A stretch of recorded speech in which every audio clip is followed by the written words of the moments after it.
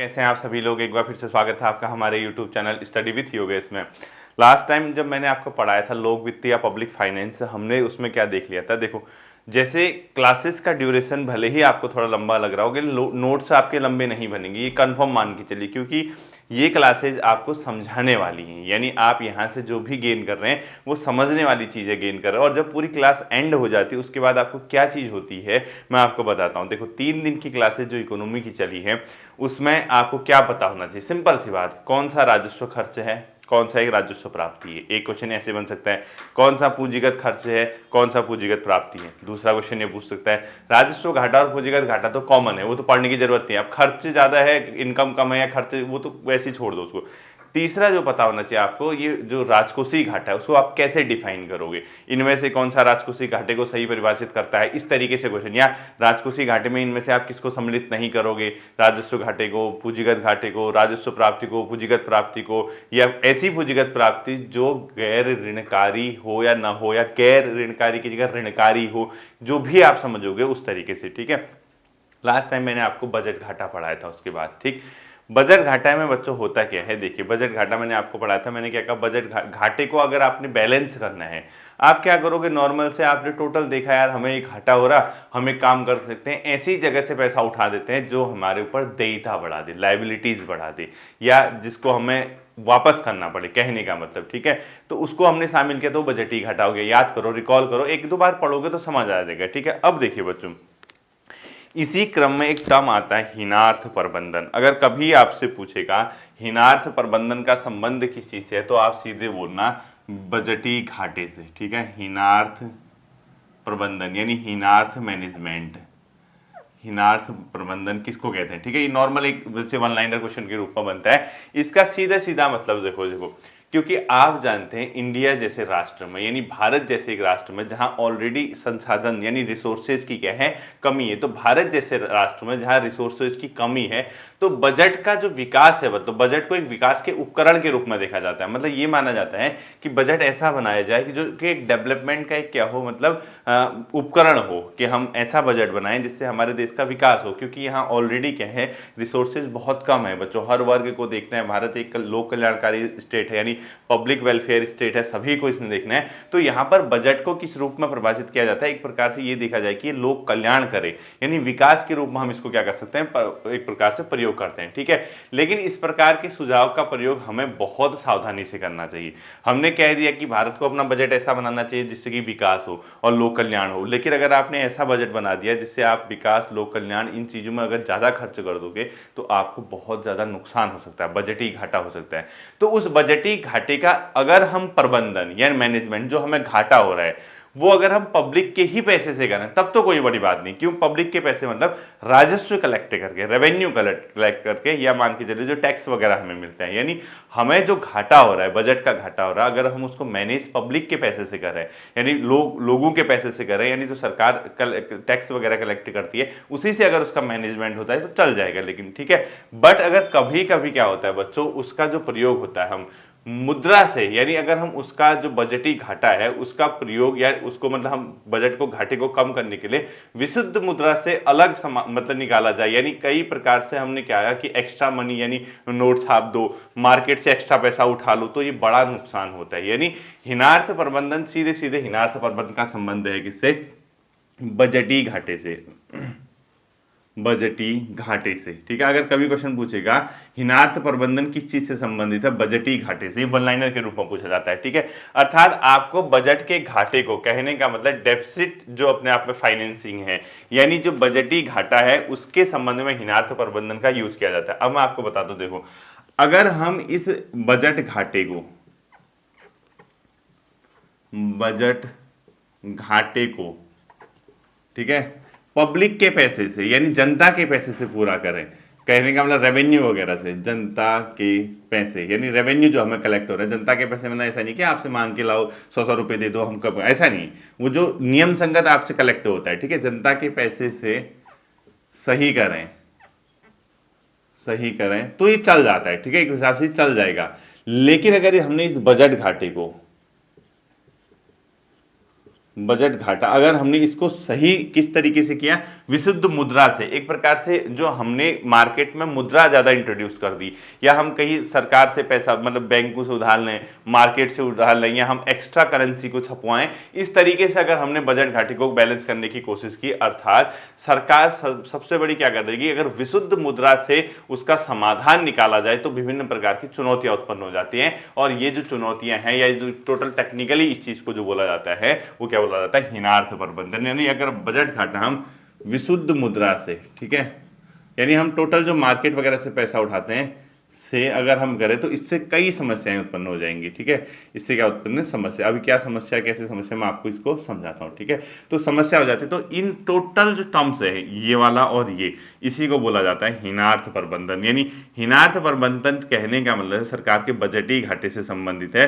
यानी बजटीय घाटे को लेकर अगर हम जो बात करते हैं कि कैसे सरकार का जो बजटीय घाटा है उसको हम सही कर रहे हैं, क्या हम मार्केट से पैसा उठाएं, क्या हम पब्लिक का जो रेवेन्यू हमें कलेक्ट हो रहा है उसी से हम इसको सही करें, तब इसको चल जाएगा, ठीक है, कोई दिक्कत नहीं है। अब देखो बच्चों, हीनार्थ प्रबंधन से अगर वन लाइनर क्वेश्चन बनता है, इसका संबंध कहां यूज होता है, किस चीज में इसका प्रयोग किया जाता है, आप इसको कर लोगे, ठीक है। अब देखो, दो तीन टर्म्स मैं पढ़ाऊंगा, बहुत ज्यादा परेशान होने की जरूरत नहीं है, जितना पेपर में आएगा वो अब तक का करा चुका हूं मैं, ठीक है। जो पेपर में आने की जिस चीज की संभावना है वो मैं आपको बता चुका हूं। अब दो तीन टर्मोलॉजी लिख लो, कोई बड़ी बात नहीं है, ठीक है।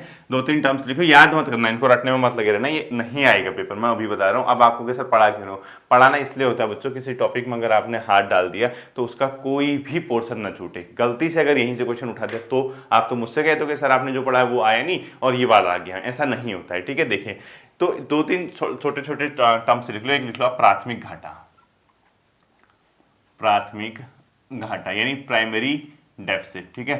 यानी प्राथमिक घाटा किसको बोला जाता है बच्चों, जो आपका फिस्कल डेफिसिट होता है, यानी जो राजकोषीय घाटा जो होता है, राजकोषीय घाटा, जो फिस्कल डेफिसिट आपको पढ़ाया था ना, राजकोषीय जो आपका घाटा होता है, इसमें अगर आप एक ऐसे पैसे को माइनस कर दें जो आपने ब्याज का भुगतान किया है, यानी पेमेंट ऑफ क्या, इंटरेस्ट माइनस ब्याज भुगतान, आपने कहीं से पैसा लिया, आपको उस पैसे पे ब्याज भी तो पड़ेगा ना, इंटरेस्ट। अगर आपने अपने राजकोषीय घाटे में आपका जो भी राजकोषीय, अब राजकोषीय घाटा क्या होता है आपको अच्छे से पता है बच्चों, याद करो, दिमाग पे थोड़ा जोर डालो, दो तीन बार रिवीजन करो, बहुत इजीली पता चल जाएगा। आपका जो राजकोषीय घाटा हुआ उसमें आपने ब्याज का भुगतान हटा दिया तो प्राथमिक घाटा। देखो पेपर में क्वेश्चन आने के चांसेस ना के बराबर है, लेकिन अगर आएगा तो क्या आएगा बताओ, आप प्राथमिक घाटे को किस तरीके से परिभाषित करेंगे, अर्थ या सरकार का प्राथमिक घाटा होता है, ऑप्शन 1 राजस्व घाटा माइनस ब्याज भुगतान, ऑप्शन 2 पूंजीगत घाटा माइनस ब्याज भुगतान, ऑप्शन 3 राजकोषीय घाटा माइनस ब्याज भुगतान, ऑप्शन 4 बजट घाटा माइनस ब्याज भुगतान। तो ऐसे वहां आप पढ़े के पढ़े रह जाओगे, धरे के धरे रह जाओगे, आएगा नहीं। मैं जानता हूं इतना टफ क्वेश्चन आप लोगों के लेवल पे नहीं आता है, बट इसको इतना टेक्निकल है ही नहीं चीज कि आपको ना पढ़ाया जाए, क्योंकि मैंने आपको ये पढ़ा रखा है, ये पढ़ा रखा है। तो अगर मैं इसमें ब्याज को हटा दूं, आप सिर्फ ये सोचो ना, आपको तो ये अच्छे से पता है, आप इसको तो बहुत अच्छे से जानते हैं, वाकिफ हैं इससे, आपको पता है भाई मेरे को सर ने हमें राजकोषीय घाटा पढ़ा रखा है, उसमें हमने ब्याज का भुगतान हटा दिया तो हमारा प्राथमिक घाटा हो गया, ठीक है, कोई बड़ी बात नहीं, इस चीज को ध्यान रखना। दूसरा बच्चों, एक टर्म लिखो, सकल राजकोषीय घाटा यानी ग्रॉस फिस्कल डेफिसिट, सकल सकल राजकोषीय घाटा है, सकल राजकोषीय घाटा यानी ग्रॉस फिस्कल डेफिसिट। ये कुछ नहीं है बच्चों, सकल राजकोषीय घाटा राजकोषीय घाटे को ही बोला जाता है, ठीक है, एक ही चीज है। अब देखो, अब क्या रटने की जरूरत पड़ी, खुद बताओ, मतलब कुछ ऐसा आपको पढ़ने की जरूरत पड़ी कि आपने सर ने कुछ अलग पढ़ा दिया, इसको और इसको एक ही चीज बोला जाता है, ठीक है, बात खत्म, दोनों टर्म खत्म हो गया आपकी, कोई बड़ी बात नहीं है। तीसरा लिखो बच्चों, निवल राजकोषीय घाटा, सकल की जगह निवल यानी नेट,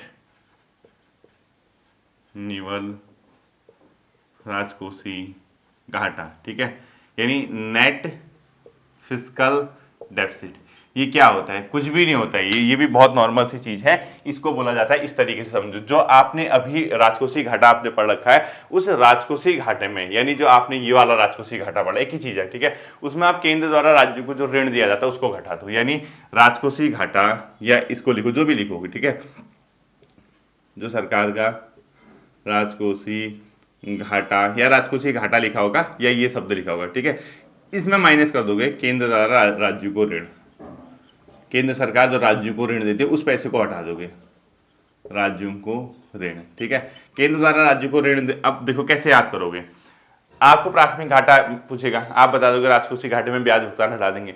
आपको जो निवल यानी नेट राजकोषीय घाटा पूछेगा, आपको राजकोषीय घाटे में से केंद्र द्वारा राज्य को ऋण हटा देंगे।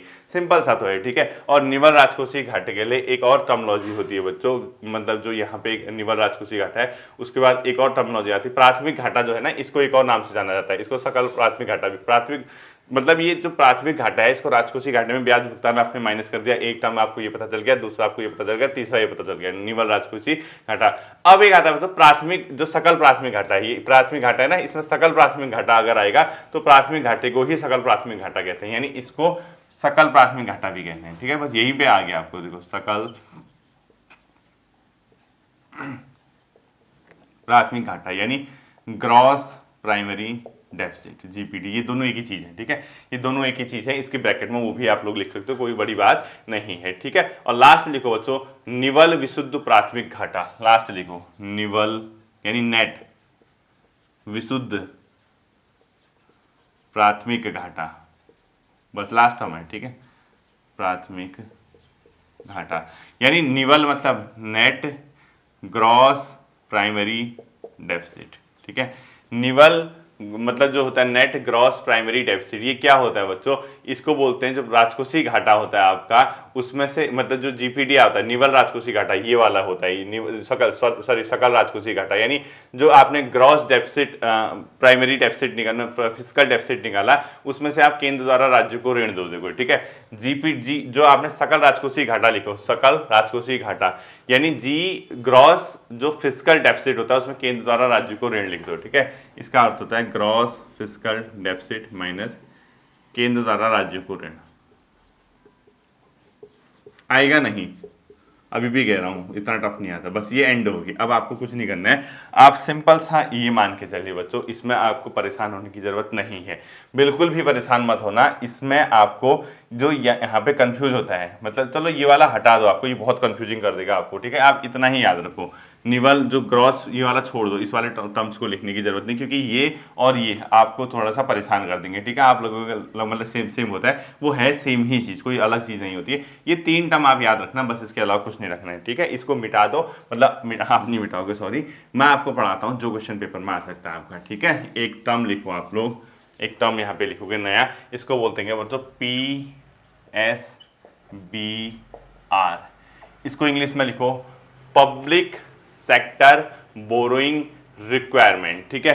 पब्लिक सेक्टर बोरोइंग रिक्वायरमेंट, इसको इंग्लिश में बोलते हैं PSBR, public sector borrowing requirement, यानी सार्वजनिक क्षेत्र के जो बोरोइंग यानी उधार लेना, वो क्या क्या चीज है उसके अंदर आप शामिल करोगे। तो इसके अंदर शामिल होते हैं क्या, देखो इसके अंदर 3 चीजों को जोड़ा जाता है बच्चों, इसमें लिखो इसके अंतर्गत 3 चीजें जोड़ी जाती हैं, इसके अंतर्गत 3 चीजें जोड़ी जाती हैं, ठीक है। अब आपसे कभी पूछेगा PSBR यानी पब्लिक सेक्टर बोरोइंग रिक्वायरमेंट जो होता है उसके अंदर क्या क्या आप शामिल करोगे, 3 चीजें जोड़ी, इसको हिंदी में क्या बोलते हैं ना, एक भाई उसमें चेक कर लेना नेट में आप लोग, मतलब हिंदी में तो मुझे समझ में नहीं आ रहा था मैं क्या लिखूं इसको। पब्लिक सेक्टर बोरोइंग रिक्वायरमेंट बोलते हैं इसको। इसके अंदर 3 चीजें जुड़ती हैं बच्चों, एक लिखो केंद्र सरकार का राजकोषीय घाटा, केंद्र का राजकोषीय घाटा, ठीक है, राजकोषीय घाटा। दूसरा राज्यों का राजकोषीय घाटा, राज्यों का राजकोषीय घाटा। और तीसरा जो लिखते हैं बच्चों वो लिखते हैं जो पब्लिक सेक्टर यूटिलिटीज होती हैं, यानी सार्वजनिक क्षेत्र के उपक्रम या निगम, यानी सरकारी कंपनियां, सिंपल सी बात, ठीक है। यानी सार्वजनिक क्षेत्र के उपक्रम लिखो, यानी PSUs द्वारा मार्केट बोरोइंग, यानी PSU यानी पब्लिक सेक्टर यूटिलिटीज द्वारा, यानी इसको बोलते हैं सार्वजनिक क्षेत्र के उपक्रम है, इसको ऐसे लिखो हिंदी में, सार्वजनिक, जो कंफ्यूज हो रहा है तो उसमें लिखो सरकारी कंपनियां या निगम, सार्वजनिक क्षेत्र के उपक्रम के उपक्रम यानी कंपनियां मान के चलो, ठीक है, द्वारा मार्केट बोरोइंग लिखो, मार्केट बोरोइंग, ठीक है, बोरोइंग मतलब होता है बच्चों कि जो मार्केट से पैसा उठाया जाता है। तो ये जो सरकार, ये तो तीन की तीन चीजें आती हैं, वो किसमें आती है? पब्लिक सेक्टर मतलब बोरोइंग रिक्वायरमेंट। अब आप कहोगे सर इसके अंदर क्या क्वेश्चन बनेगा? क्वेश्चन इतना ही बन सकता है कि पब्लिक सेक्टर बोरोइंग रिक्वायरमेंट के अंदर कौन सी चीजें आती हैं? केंद्र का राजकोषीय घाटा, राज्यों का राजकोषीय घाटा और सार्वजनिक उपक्रम द्वारा मार्केट से उठाया गया पैसा। ठीक है। अब देखो बच्चों, जो एक कमिटी थी, एक तारापुर समिति थी, ठीक है, उस तारापुर समिति ने क्या कहा था कि राजकोषीय जो घाटा हम भारत में यूज करते हैं, उसने ये सुझाव दिया था कि राजकोषीय घाटे के जगह आप लोग इस चीज को ले आओ, पब्लिक सेक्टर बोरोइंग जो रिक्वायरमेंट होता है। ठीक है, यानी किस कमिटी ने राजकोषीय घाटे की जगह पीएसबीआर की बात कही थी? लिखो, तारापुर समिति, तारापुर समिति। इसने क्या कहा? राजकोषीय घाटे की जगह राजकोषीय घाटे की जगह पब्लिक सेक्टर बोरोइंग रिक्वायरमेंट का प्रयोग करने की बात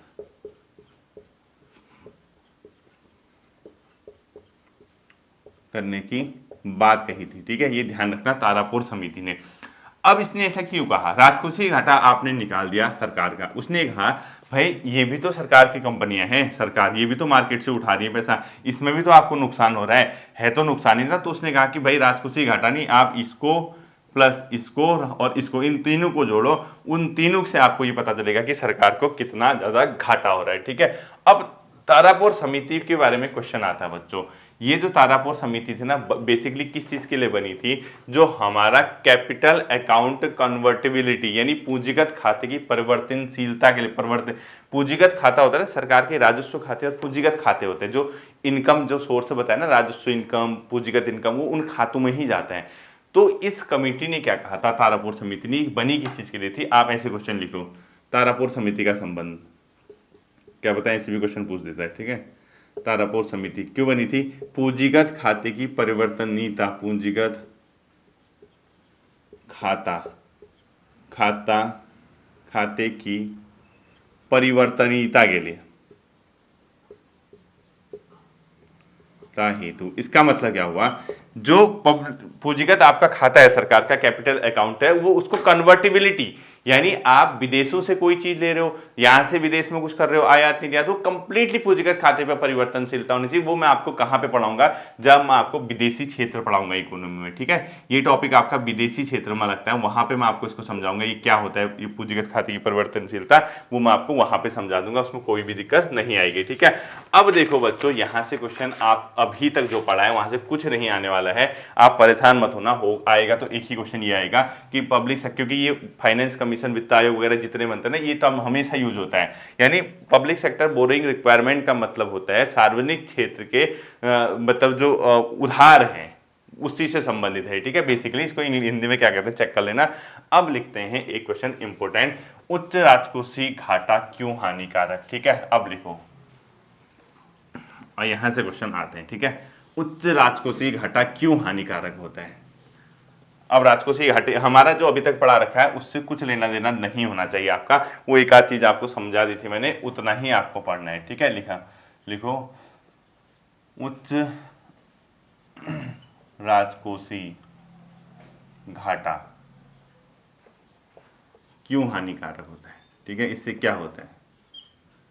अब देखो बच्चों, अब क्वेश्चन यहां से टेक्निकल, ये जो चीज है ये वही समझ सकता है जिसने ढंग से पढ़ाई की हो।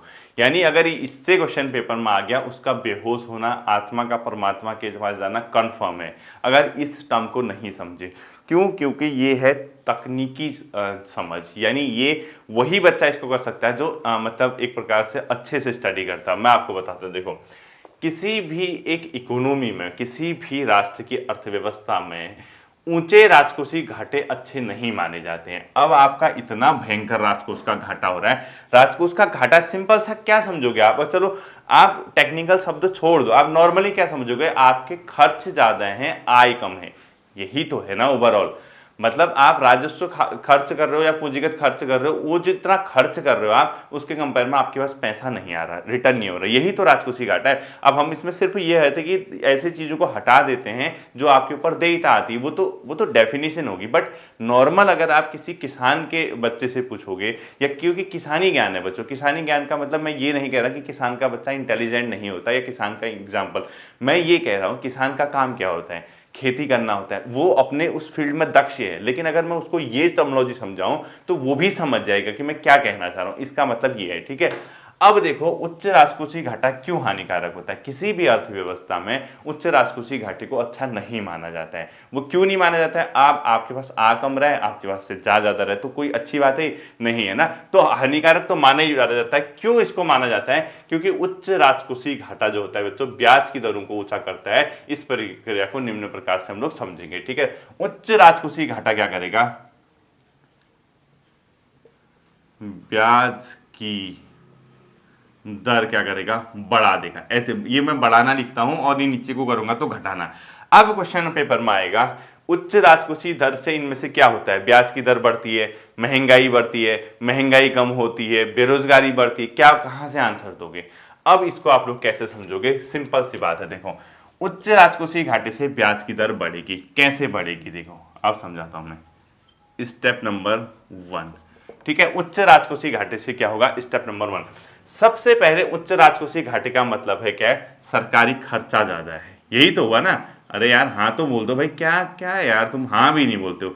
सरकारी खर्च ज्यादा होगा तभी तो घाटा हुआ होगा। मैंने क्या कहा, राजकोषीय घाटा क्या है, खर्च और प्राप्ति, इसके बीच का अंतर है ना। आपका खर्च ज्यादा हो रहा है, प्राप्ति का मतलब, तो ही तो घाटा हुआ है। तो पहले स्टेप का मतलब है सरकारी खर्च क्या हुआ है, उच्च राजकोषीय घाटे में ज्यादा हुआ है। यानी जब सरकार ने ज्यादा खर्च किया तो लोगों की मौद्रिक आय ऊंची हुई, यानी मार्केट में सरकार ने पैसा खर्च कर दिया, पैसा खर्च किया तो मौद्रिक आय मतलब एक ऐसी इनकम जो मुद्रा मांगती है। मौद्रिक आय का मतलब जिसका रिलेशन सीधे सीधे मनी से है।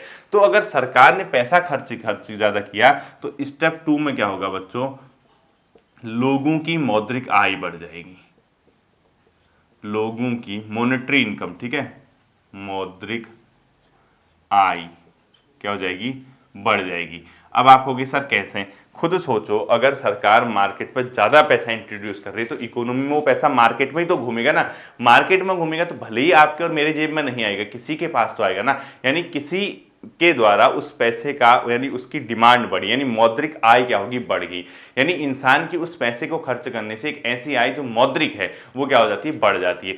अब मौद्रिक आय जैसे ही बढ़ी तो सपोज मार्केट में मौद्रिक आय बढ़ने से क्या होगा, मुद्रा की मांग बढ़ जाएगी, लोग पैसा डिमांड करने लग जाएंगे।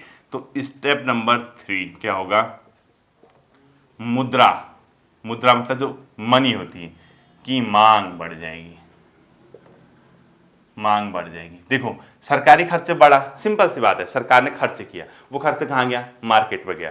मार्केट में इकोनॉमी में वो पैसा घूमेगा, घूमेगा तो लोगों को क्या होगा, कहीं ना कहीं रोजगार भी मिलेंगे, अलग अलग काम होंगे, तो मुद्रा मौद्रिक आय उनकी क्या होने लग जाएगी, बढ़ जाएगी। अब वो डिमांड करेंगे, ला भाई मैंने काम किया पैसा दे, यानी मुद्रा की मांग क्या होगी, बढ़ गई।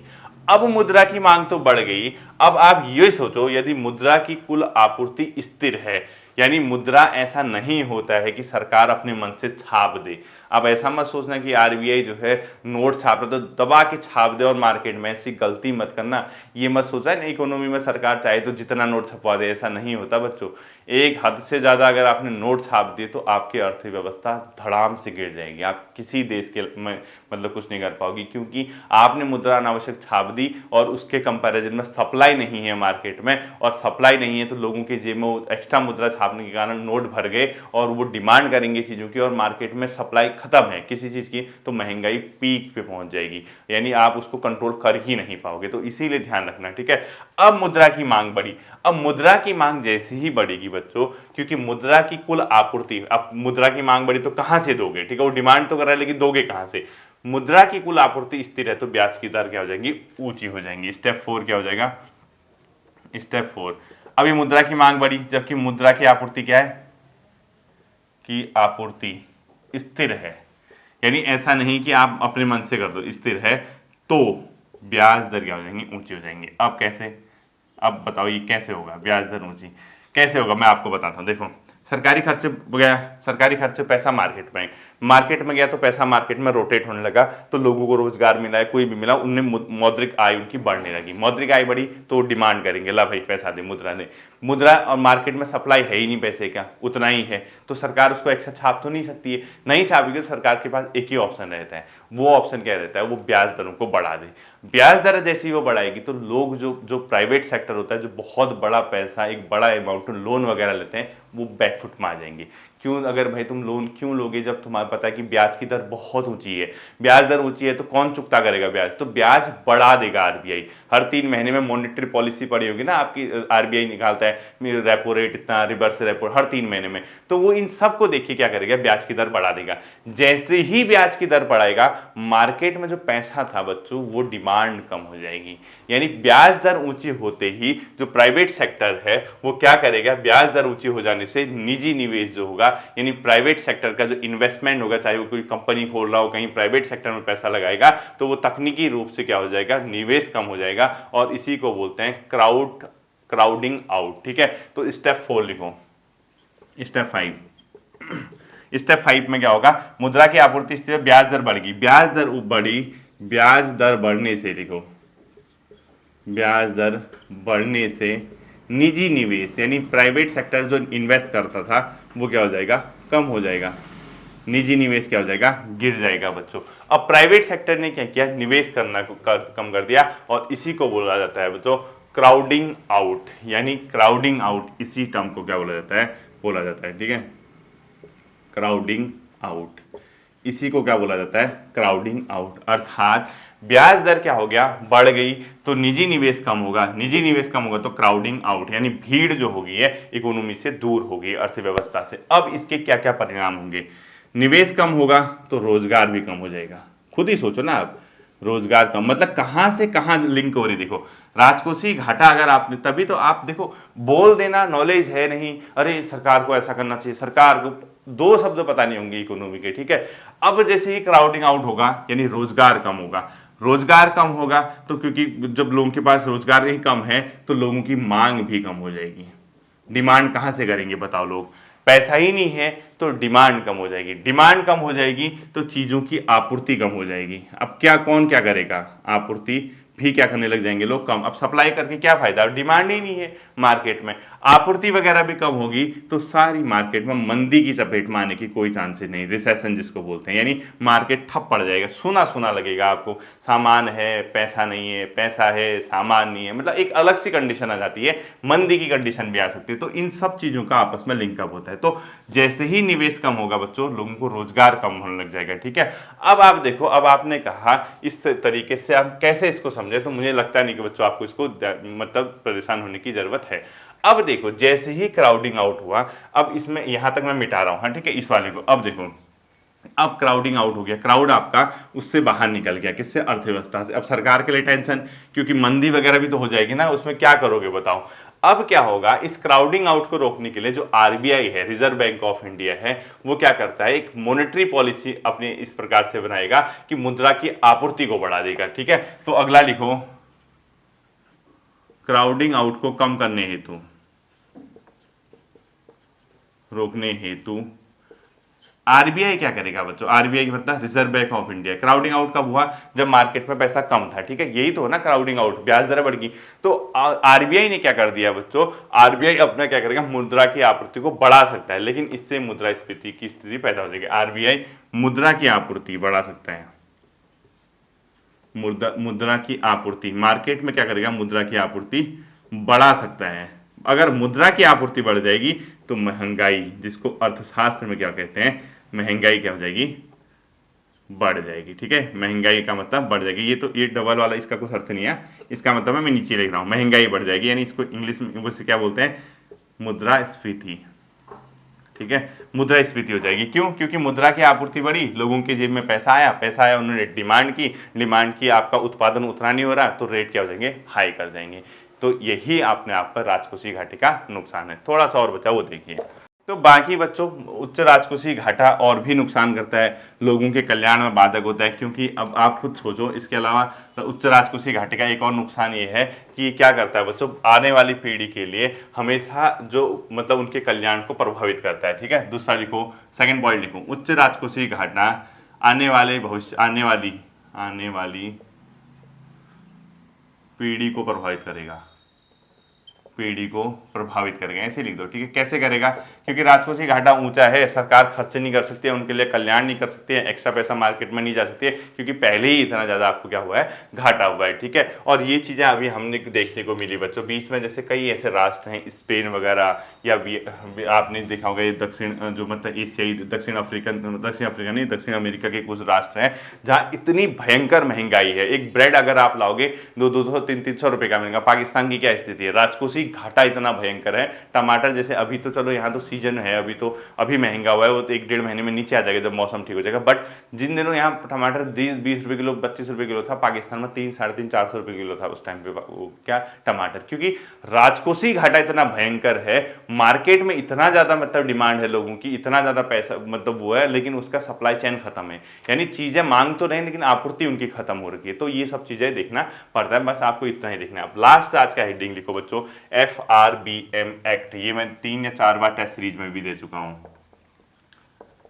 एम एक्ट यानी FRBM एक्ट किस चीज से संबंधित है, ये है बच्चों राजकोषीय घाटे से संबंधित, अर्थात fiscal responsibility and budget management act, यानी राजकोषीय फिस्कल रिस्पॉन्सिबिलिटी, राजकोषीय मतलब इसको इंग्लिश में लिखो, fiscal responsibility and budget management act, यानी इसको इंग्लिश में बोलेंगे, हिंदी में बोलेंगे मैनेजमेंट को क्या बोलते हैं, हाँ प्रबंधन, राजकोषीय प्रबंधन व बजट क्या है, राजकोषीय उत्तरदायित्व बजट प्रबंधन अधिनियम। ठीक है, इसको हिंदी में बोलेंगे राजकोषीय उत्तरदायित्व, राजकोषीय उत्तरदायित्व व बजट मैनेजमेंट, बजट प्रबंधन अधिनियम। ये क्वेश्चन का अगर पूछेगा किस साल मतलब किस वर्ष का है, तो ये 2003 का अधिनियम है। ठीक है, और ये जो अधिनियम 2003 का है बच्चों, ये लागू अपने आप हुआ जुलाई 2014 में प्रभावी, लिखो प्रभावी कब हुआ, जुलाई 2004 में इसको क्या किया गया, प्रभावी किया गया, पूछ सकता है। ठीक है, इसमें क्या होता है बच्चों, ये इस अधिनियम में जो मतलब इस सरकार को राजकोषीय क्षेत्र में जवाबदेह बनाने के लिए इसको लाया गया, और उसका उद्देश्य क्या था, इस अधिनियम का मतलब जो आपका राजकोषीय घाटा है उसका टारगेट रखा था कि आप जीडीपी का इतना रखोगे। अगर आपसे पूछता है एफआरबीएम का मुख्य उद्देश्य क्या है, तो आप बताओगे सरकार के राजकोषीय उत्तरदायित्व को तय करने के लिए, लिखा है देखो, ये राजकोषीय उत्तरदायित्व को तय करने के लिए एफआरबीएम हम एक्ट लेके आए। ठीक है, इसमें क्या हुआ बच्चों, इस अधिनियम में 2008-9 के अंत तक राजस्व घाटे को शून्य पर लाने का और राजकोषीय घाटे को जीडीपी के 3% के स्तर पर लाने का लक्ष्य था। ठीक है, इसमें लक्ष्य क्या था, 2008-9 तक राजस्व घाटा, जो आपका रेवेन्यू डेफिसिट होता है, मैंने अब पढ़ाया था ना, राजस्व घाटा शून्य व राजकोषीय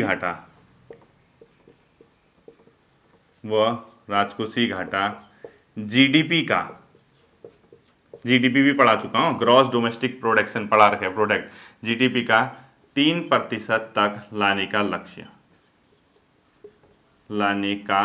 लक्ष्य था। ठीक है, अब प्रभावी 2004 से हुआ, बोला कि अगले 2004-5 साल में हम राजस्व घाटा 0 कर देंगे और जीडीपी के 3% तक, यानी अगर आपकी देश की जीडीपी 100 रुपए है तो आपको राजकोषीय घाटा सिर्फ 3 रुपए के इक्वल होना चाहिए, ज्यादा नहीं। ये इनका एफआरबीएम एक्ट में क्या था, उद्देश्य था। ठीक है, टारगेट था, बट ये बच्चों पूरा नहीं हो पाया। वो इसलिए नहीं हो पाया क्योंकि जब 2008-9 में अमेरिका में महामंदी आई थी, ध्यान होगा आपने, महामंदी आने से, क्योंकि पूरा विश्व आजकल आर्थिक रूप से एक हो चुका है, यानी एक देश में कोई आर्थिक घटनाक्रम होता है वो दूसरे देश को प्रभावित करता है, क्योंकि हम ग्लोबलाइज वर्ल्ड में जी रहे हैं, हम वैश्वीकरण के दौर में जी रहे हैं। किसी देश की अर्थव्यवस्था निश्चित तौर पे दूसरी देश की अर्थव्यवस्था को प्रभावित करती है, क्योंकि सब लिंकअप हो गया है। ठीक है, तो अब अमेरिका का इन्वेस्टमेंट नहीं आता है यहाँ, बताओ, अमेरिका में अगर रिसेशन हो गया तो यहाँ इन्वेस्टमेंट कम हो जाएगा। अमेरिका से हम सामान नहीं मंगाते हैं, अमेरिका हम सामान नहीं बेचते हैं। अब बताओ, अगर हम अमेरिका में सामान बेचते हैं, वहां अगर रिसेशन मंदी आ गई तो वहां खरीदेगा कौन, हमारा सामान तो डंप हो जाएगा, हम तो बर्बाद हो जाएंगे, लूट गए, बर्बाद हो गए, कहीं के नहीं रहे। इस टाइप की चीजें यहीं देखने को मिलती है। ठीक है, तो 3% लाने का लक्ष्य था, लेकिन हुआ क्या बच्चों, अमेरिका में जब मंदी आई 2008-9 में, तो उस वित्तीय संकट के उत्पन्न होने के कारण भारतीय अर्थव्यवस्था पे इसका नेगेटिव प्रभाव देखा गया। और भारत में क्या किया, सरकार ने एक स्टिमुलस दिया मार्केट को, और इसका मूल्य था 3,86,000 करोड़। ठीक है, मतलब कि 2000, अब इसका प्रभाव क्या हुआ देखो, नोट करके लिखो। 2008-9 इसमें क्या हुआ, अमेरिका में वित्तीय संकट, अमेरिका में वित्तीय संकट। अब आप हो गए अमेरिका में वित्तीय संकट हुआ तो हम पे क्या पड़ा, डैश करके भारत पर विपरीत प्रभाव, भारत पर विपरीत प्रभाव। अब भारत में विपरीत प्रभाव पड़ा क्योंकि मार्केट पूरा क्या होता, मंदी। अब मंदी होगी, पैसा वैसा है नहीं, कुछ है नहीं, तो भारत ने क्या किया, अपने मार्केट को एक बूस्टर डोज दी। 3,86,000 करोड़ रुपया भारत ने अपने मार्केट को रिलीज कर दिया। अब रिलीज कर दिया तो अपने जेब से तो किया नहीं होगा, वही बजट वाला, अब राजकोषीय घाटा बढ़ना ही बढ़ना था। तो इस वजह से ये जो टारगेट था बच्चों पूरा नहीं हो चुका। तो भारत सरकार ने 3,86,000 करोड़ रुपए का क्या हुआ, अपने आप में मार्केट को स्टिमुलस दे दिया, एक प्रकार के मार्केट में जो लिक्विडिटी बढ़ा दी, जिसके कारण जो हमारा FRBM एक्ट में निर्धारित लक्ष्य थे वो हम प्राप्त नहीं कर सके। ठीक है, इसके बाद बच्चों इस अधिनियम में 2012 में कुछ संशोधन हुए, और संशोधन होने के बाद इसमें कई इस प्रकार के प्रावधान किए गए कि जो आपका प्रभावी राजस्व घाटा है उसका प्रयोग किया जाए। अब हुआ नहीं हुआ वो छोड़ दी, उसको हमने पढ़ना नहीं है। इसके अलावा ये विभिन्न आधारों पर इसकी आलोचना भी की जाती है, किसकी, जिसकी FRBM एक्ट की है। अब कहा, अब वो मतलब जो भी है, जैसा भी है, उसको हमने नहीं पढ़ना है, उतना आप लोगों के लिए है नहीं, क्योंकि वो आपके काम की चीज है नहीं। तो अब ये 2008-9 में अमेरिका में वित्तीय संकट, भारत पर विपरीत प्रभाव पड़ा, तो लक्ष्य पूरा नहीं हो सका, लिख दो, लक्ष्य पूर्ण नहीं हुआ। ठीक है, उसके बाद इसमें संशोधन लिखो 2012, यहीं पे लिख दो संशोधन। इसमें क्या हुआ, 2012 में इसमें संशोधन भी किया गया। अब इसके क्यों आलोचना की जाती, क्या की जाती, वो आपको पढ़ने की जरूरत नहीं है। ठीक है, ये था बच्चों आपको लोक वित्त या पब्लिक फाइनेंस। अब इसमें कुछ ही टॉपिक बचते हैं, बेसिकली ये टॉपिक हमारा एंड हो चुका है। अब इसमें जो नेक्स्ट क्लास आएगी आपकी, मे भी मॉडर्न हिस्ट्री वगैरह की मैं अब कल लेके आऊँगा। आप लोग जितना भी जो पहले क्या है वो उसको कवर कर लेना। हम इसमें नेक्स्ट टॉपिक जो, क्योंकि वित्त आयोग में यहाँ नहीं पढ़ाऊंगा, वित्त आयोग में पढ़ाऊंगा आपका पॉलिटी में। दूसरा, केंद्र राज्य जो वित्तीय संबंध है वो आपको पढ़ा चुका हूँ, सब एक दूसरे से लिंकअप है। ठीक है, हम लोग नेक्स्ट टाइम जो देखेंगे वैट क्या है, GST क्या है, इस चीज से संबंधित टॉपिक को हम कवर करेंगे। फिर मिलते हैं अगले सेशन पर, अपना ध्यान रखिएगा। Thank you.